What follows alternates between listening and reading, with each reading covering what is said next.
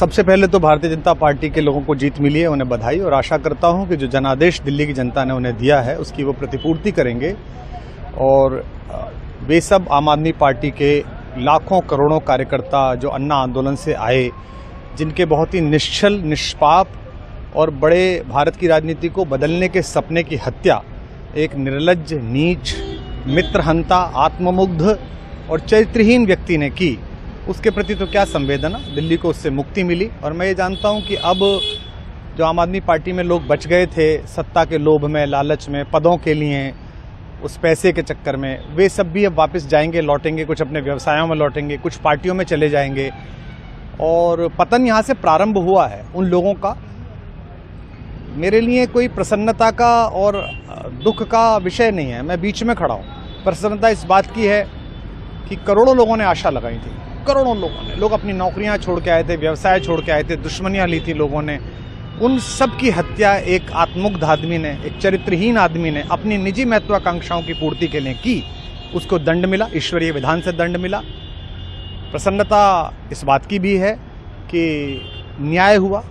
आज जब कहना नहीं चाहिए, लेकिन आज टीवी पर जब जंगपुरा का निर्णय आया और सामने दिखाई दिया कि मनीष हार गया, तो सदा तटस्थ रहने वाली और राजनीति से विरत रहने वाली मेरी पत्नी जो है, उसकी आंख में आंसू आ गए, वो रोने लगी। क्योंकि उसी से उसने कहा था कि अभी तो है ताकत, और उसने कहा था भैया ताकत सदा तो नहीं रहती। तो ये अहंकार आशा करता हूँ अगले लोग नहीं करेंगे, जो बाकी दल है वो नहीं करेंगे, इससे सबक लेंगे। और दिल्ली के नागरिकों को मैं अच्छे शासन के लिए बधाई देता हूँ। अब भारतीय जनता पार्टी अपने नेतृत्व में सरकार बनाकर दिल्ली के जो दुख थे पिछले 10 वर्ष के, उन्हें दूर करे। और आम आदमी पार्टी के समस्त कार्यकर्ताओं को कहता हूं कि आपने जिस किसी भी लोभ लालच में, सब कुछ जानते हुए एक ऐसे व्यक्ति के समर्थन में काम किया जिसने अपने मित्रों की पीठ में झुरा घोंपा, गुरु को धोखा दिया, अपने साथ कंधे से कंधा मिला के लड़ने वाली महिलाओं को अपने घर लाके पिटवाया, अपनी निजी सुख और साधन के लिए जनता का पैसा खर्च किया, अब उससे आशा लगानी छोड़ें, अब बाहर निकलें, अपना अपना जीवन देखें। मुझे राघवेंद्र सरकार राम की कृपा मिली, जिनका ये घर है, जिनकी कृपा से मैं यहाँ खड़ा हूँ। मुझ पर कृष्ण कृपा हुई कि मैं इस निर्लज्ज सर्कस से बाहर आ सका। मैं उन सब से भी अच्छे भविष्य की कामना करता हूँ कि वो कोई गंदगी ना फैलाएं कहीं भी, वो लौट जाएं अपने शिविरों में।